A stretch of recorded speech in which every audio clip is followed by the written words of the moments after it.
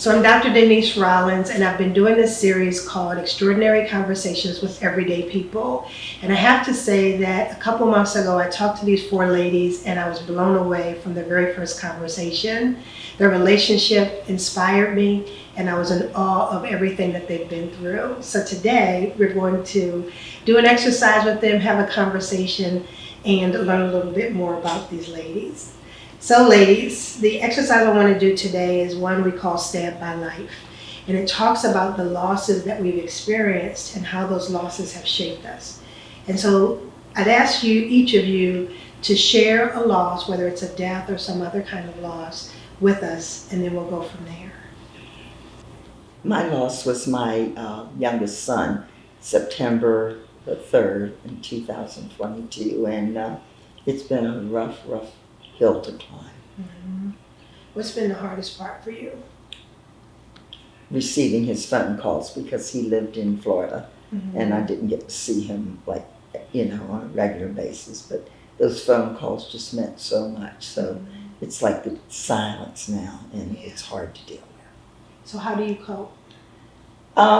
Sometimes I'll jump in the car, I'll call Jean, and I'll come up here, or sometimes I just paint on my tablet. I do things to try and keep my mind occupied.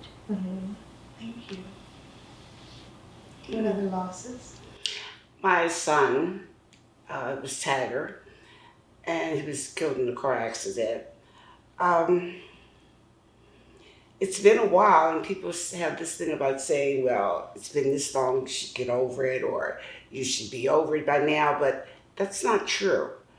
Because it's like it just happened yesterday when you get that knock on the door and you see the police standing there. And he left behind some children.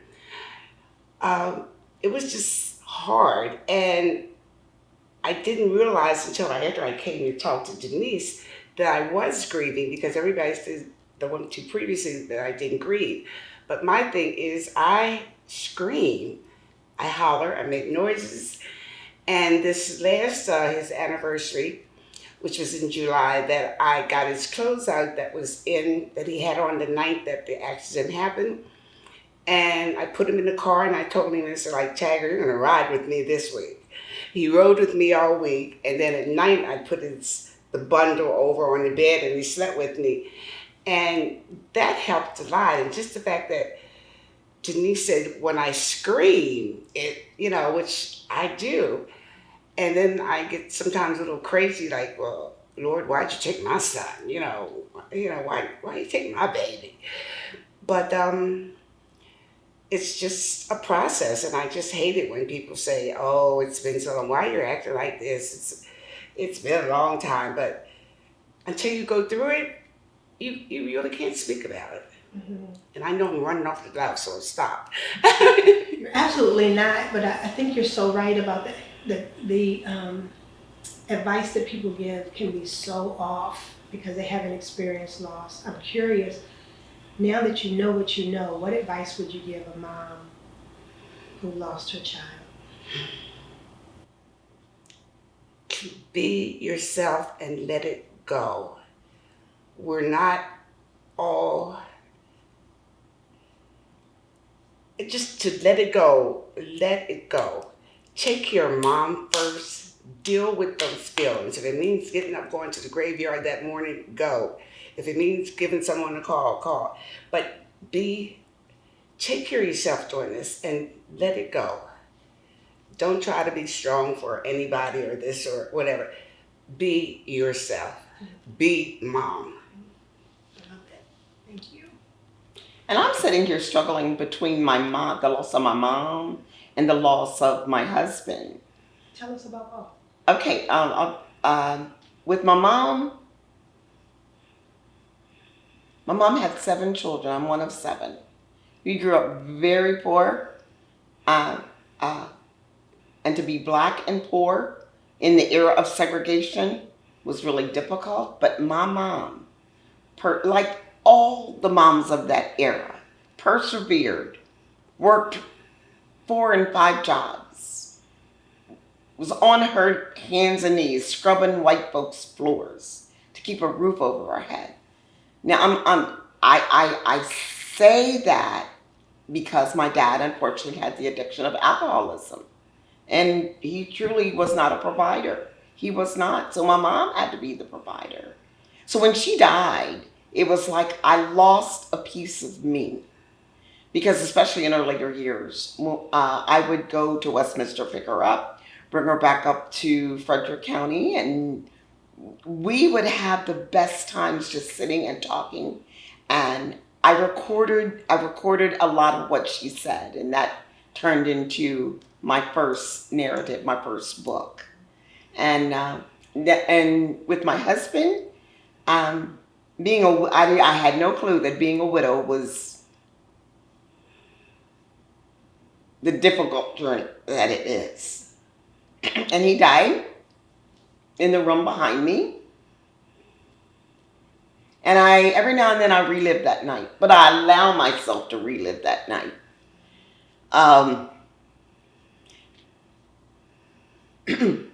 So how did I cope? These three women right here, they each took a turn staying with me after Larry died. They slept in my bed with me. And well, some of them one comforted me. One told me to just lay back down, go to sleep. And the other one was like, she'd go to sleep and I'd be sitting there crying and I'd look down and she'd still be asleep because that's who she is. But their presence, it was their presence that allowed me to know I'm not alone. Even though there were times after those 3 weeks were up, I remember coming in this house one day after church, and the house just seemed to like get bigger and bigger and bigger, and I just started screaming and crying, but it was a good release. And it's like Jessica says, you release it. That release is really good.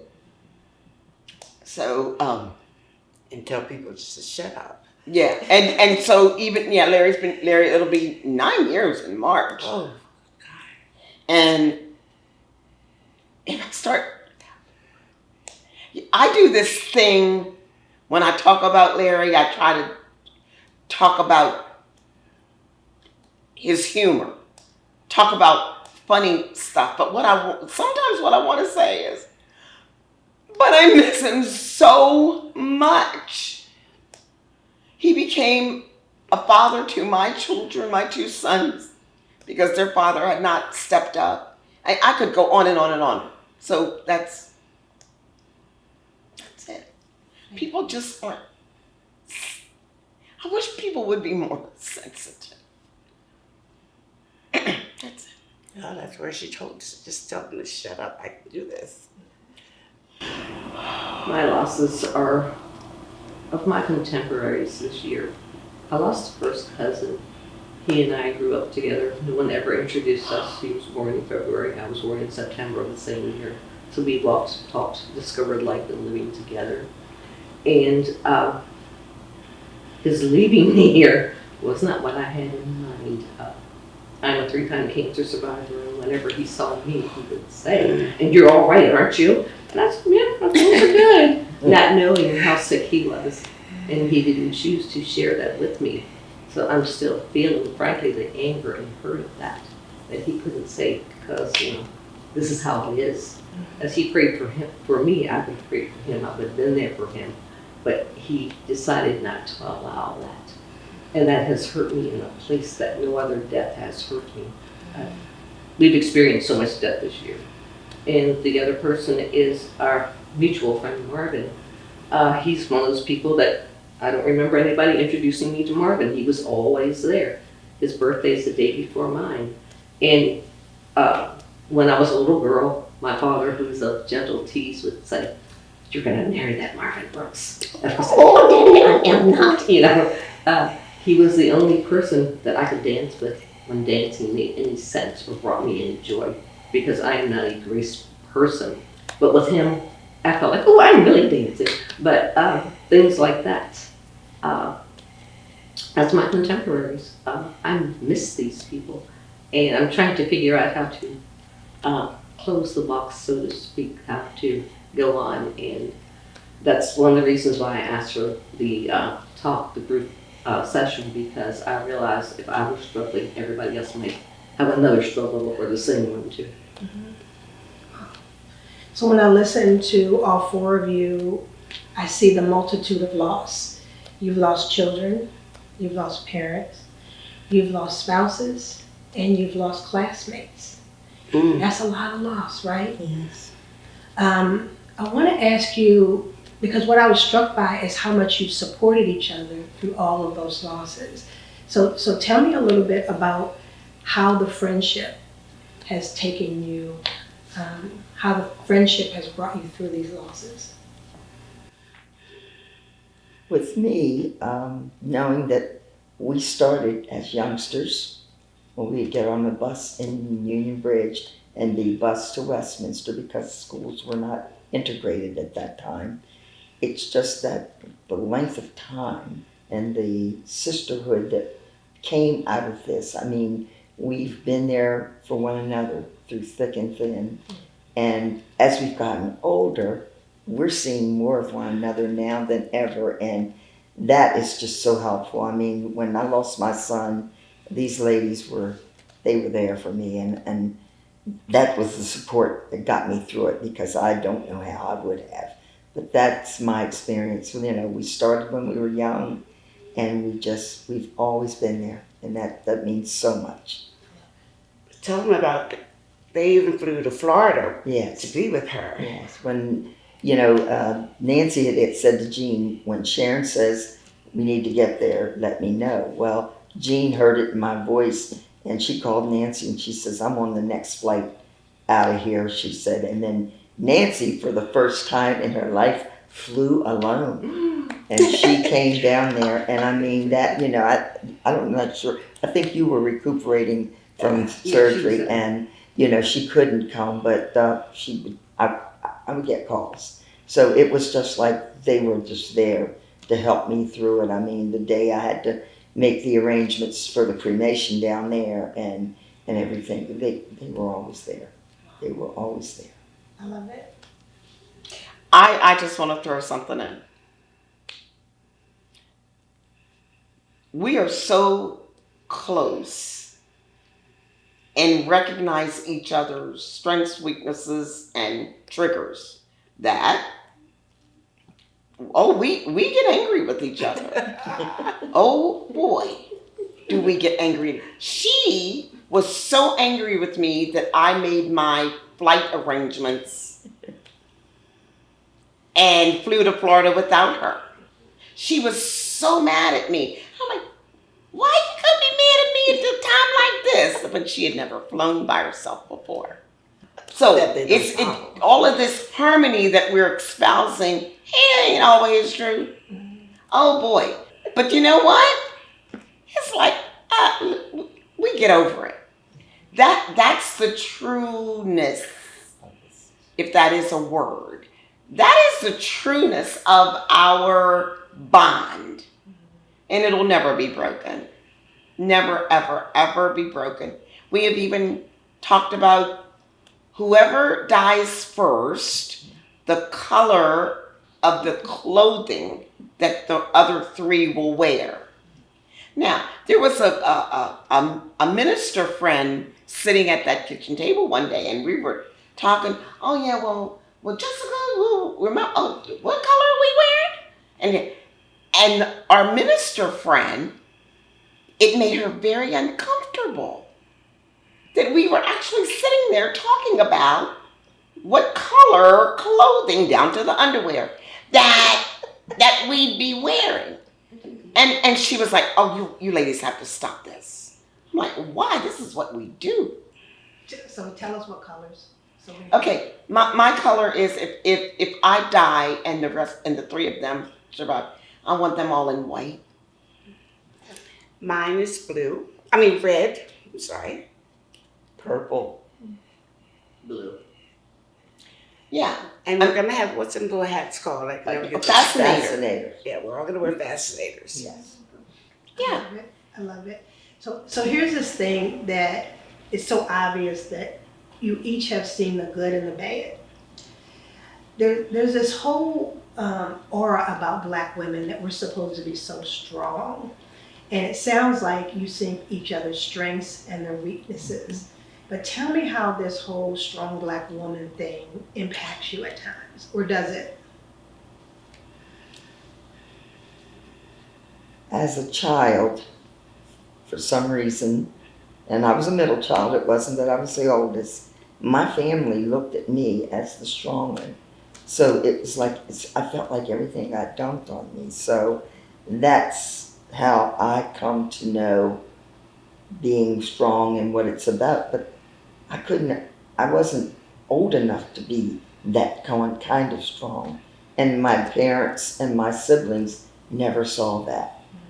When my mom had a stroke, I got, brought her home to my home, had a physical therapist and all that. Well, then in the interim, my dad needed to be somewhere, and I can remember calling my brother and my one sister, and they said, well, you know all about that, you can take care of it. And that was it. I'm there holding the phone thinking, well, what am I supposed to do here?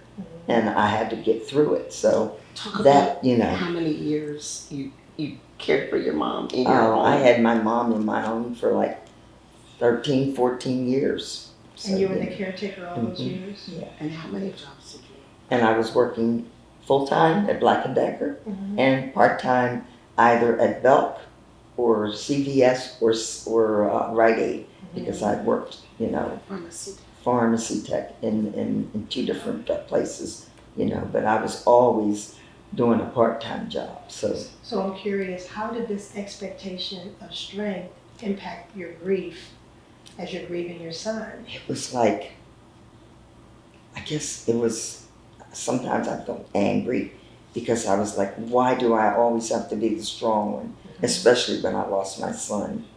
When I lost my grandbaby, she was only 4 months, and I can remember coming home from work, going to bed, and being in a fetal position because that's all I could do. And then when I lost my son, it was a whole different degree of loss. And like I said, still to this day, because mine is still fresh, I find myself going into that dark place. But I try my best, get on the phone with one of these girls or, jump in the car and go to the store and do anything just to keep my mind occupied. So with them, you're able to show weakness. Yes. I think we've always been strong Black women, but we just didn't know it, simply because of the way we were raised. And then as we got older, this thing came in to be strong Black women. But we were always, because we were being 75 years old, we went through the integration thing, and it was the four of us against a whole high school of white farmers and so forth. And we had to be strong then, but the term just wasn't there. And the same thing when it came to getting married. Back then we got married younger. We were strong Black women, but we didn't know it. And as far as like with the friendship, we knew we were all friends. But I think when we realized actually how strong our friendship was, it's like I could go away and be going away for 2 years, come back and pick up a conversation with Barbara, or come back and pick up, with either one of these ladies, and it was just like yesterday. And then those of us that have girls, which in a way I'm kind of sorry but I always instilled on my daughter Tabitha to be a strong Black woman, and I think I did too good a job on it. And so I do. I think we've always been strong through kids all the way up, and we just didn't, like I said, we just didn't know it until the turn became. And now I have to say we are strong Black women, and we've got a good support system. And now that you stepped in, it's even a better support system.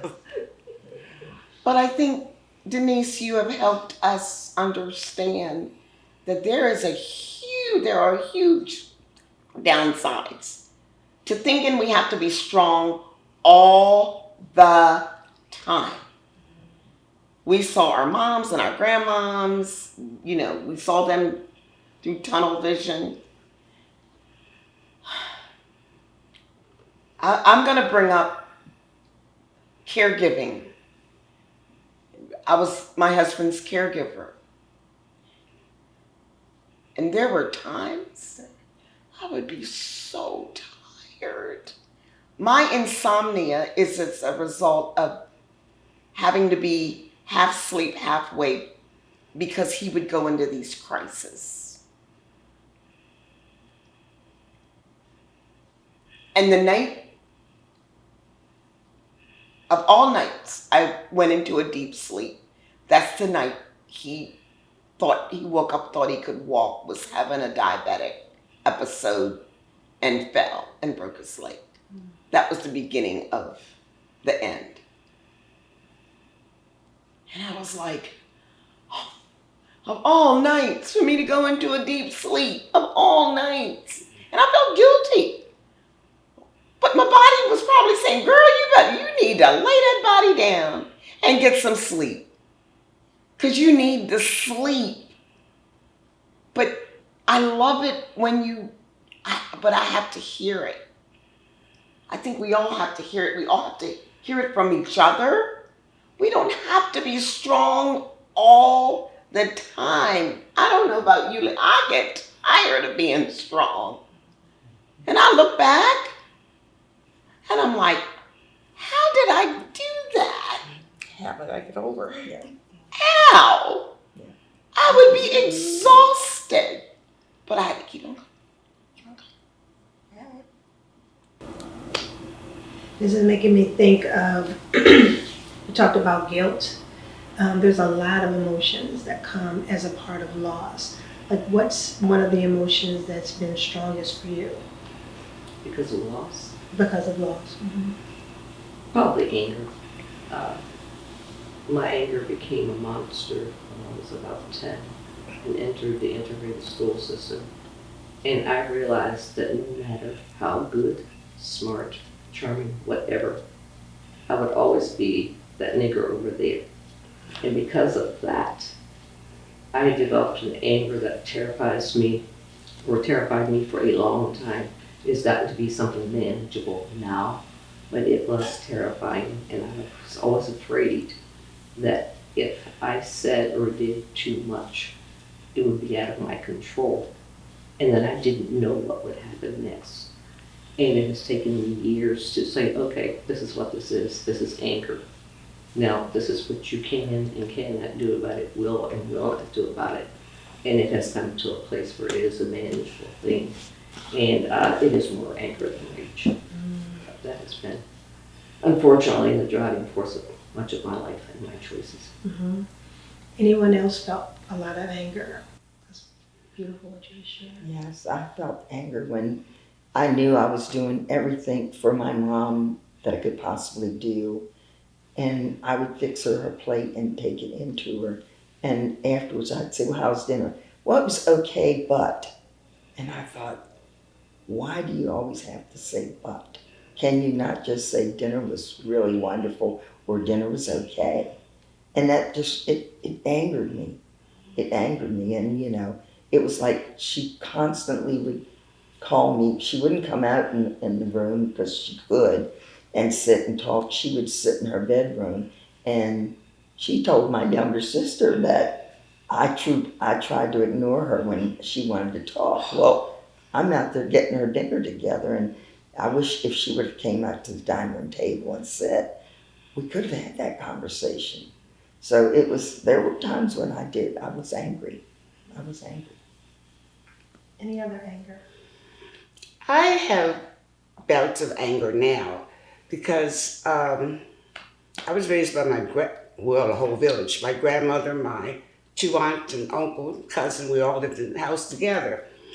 And I find myself my one aunt, Snippy, she was a historian, she knew everything, and I find myself when I need an answer for something now, or I need to know something, and I'll say snip, and it's not there anymore, and it makes me angry because, you know, if she was here, I get the answer to this. Or like even with my grandmother, you know, if grandma was here, she would tell me what a pinch is or a dib is or something like that. I get angry during that time. And as I said previously, sometimes I get angry when I look at these other young men around and then I think, could have been my son. But I think, you know, the anger just comes and goes and it's kind of like a norm, you know, for me. And I think it's really important for us to acknowledge anger in the same way as we talk about this expectation to be a strong Black woman. It really is a cultural expectation. There's also this expectation or stereotype of us as angry Black women, and that comes from society. And what we find often is Black women will suppress that. Anything that's suppressed, if you suppress it enough, it's going to come out in some way. Whether it comes out as a health issue or you explode at the person who did something that was small, but you're mad about a lot of things. So I really love what you said about finding ways, understanding the root of it, but then finding ways to combat it. Because when I heard you, both of you say something about the four of you go into this integrated society, I can only imagine the pain. That's a story by itself. Young That is a story of it in itself. I think one day we'll have to talk about that because I think there are a lot of people walking around who are still impacted by that and some lifelong pain that we need to address. Can I just interject one thing that you know how bad it was, just the one thing. They put black crows in our lockers. And can you imagine opening up your locker and there's this big black crow in there? But that's And the just principal how bad. standing there chuckling, going, well, there's no smell. What are you upset about?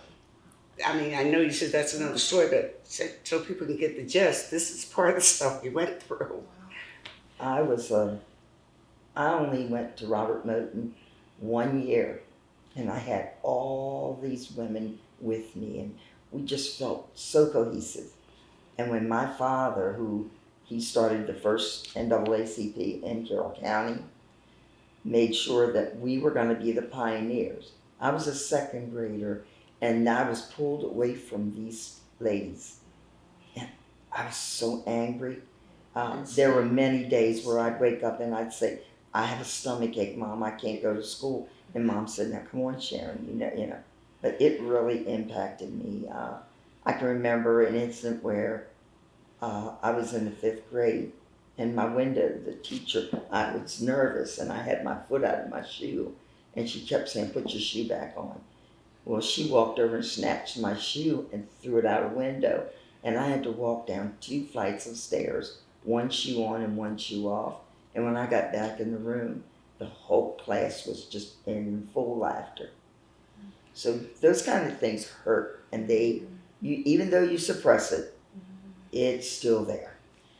Yeah, thank you for saying that we more needs to be said. And I truly believe that all 4 of us had a form of PTSD as a result of the trauma that we went through. And I know this is off the subject of grieving. But it is grief. This is grief.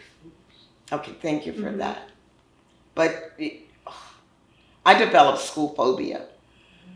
And I would, every Friday I would pretend I was sick. Because I was scared. I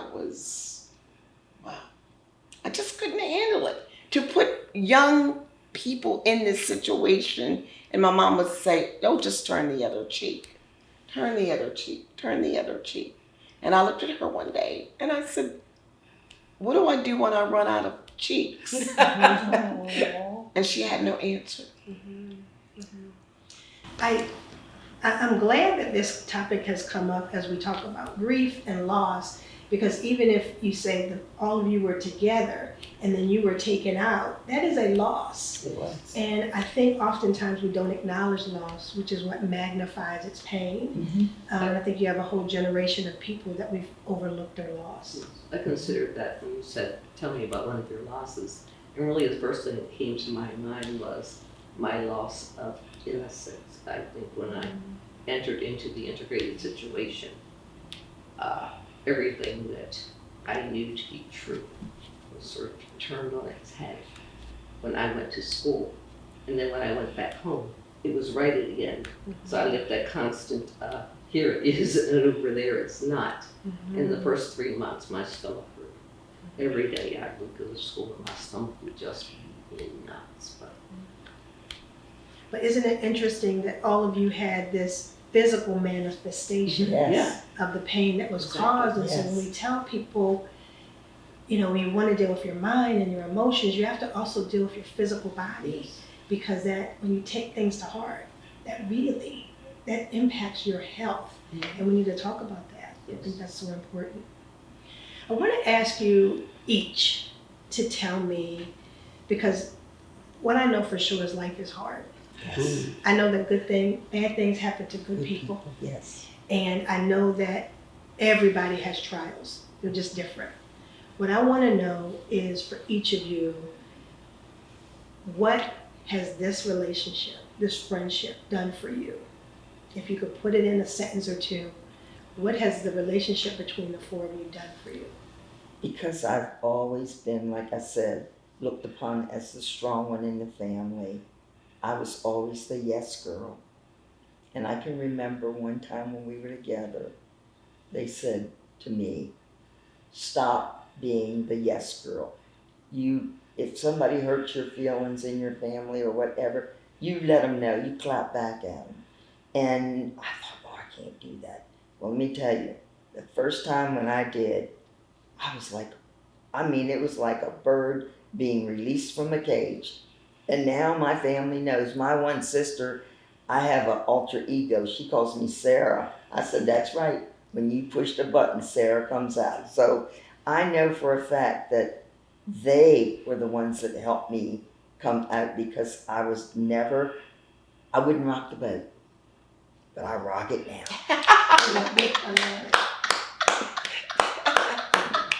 For me, it showed me the true meaning of friendship. I mean, friendship, people say a word, this is not friend, but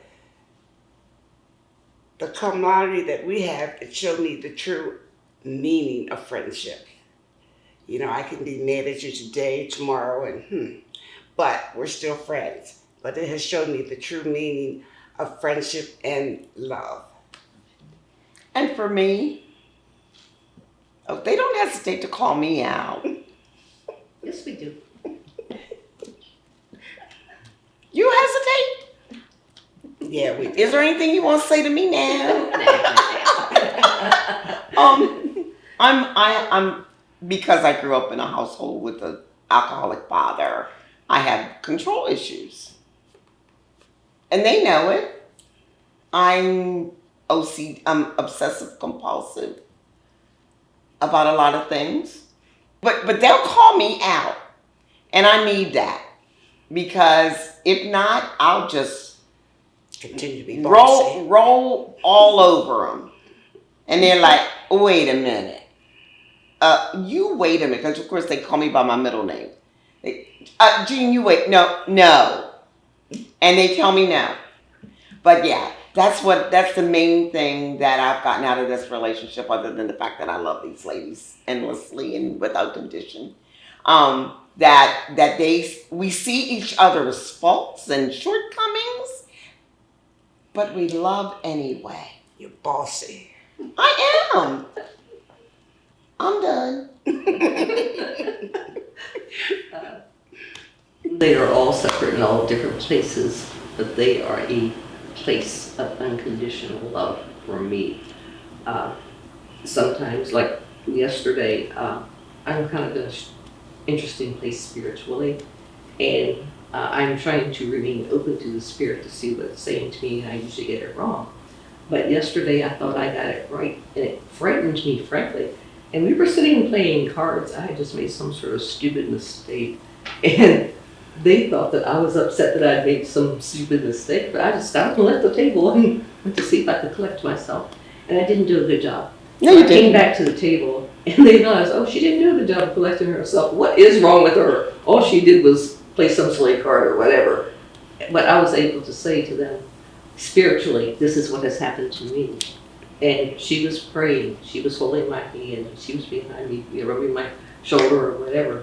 And whatever I had said to them at that minute when they said, what's wrong, they would have made the best of it. helped me through whatever it was. And I just felt safe in saying, on my spiritual journey, this is where I am and I am terrified. I love it. I love it. I continue to say that everybody is looking for their soulmate, and they need to look for the sisterhood. Because that's what sustains us. So I think it's so powerful. That's the reason why I wanted to talk to you. I thank you, Miss Nancy, Miss Barbara, Miss Jessica, Miss Sharon. You four, forget relationship goals. Y'all are sisterhood goals. And if we can follow this model, it will change all of us. It will strengthen us. It will give us a refuge and love and protection like we've never known. So I just thank you for being an example Thank you. and for talking to me. Thank you, Denise. Thank you, Thank you.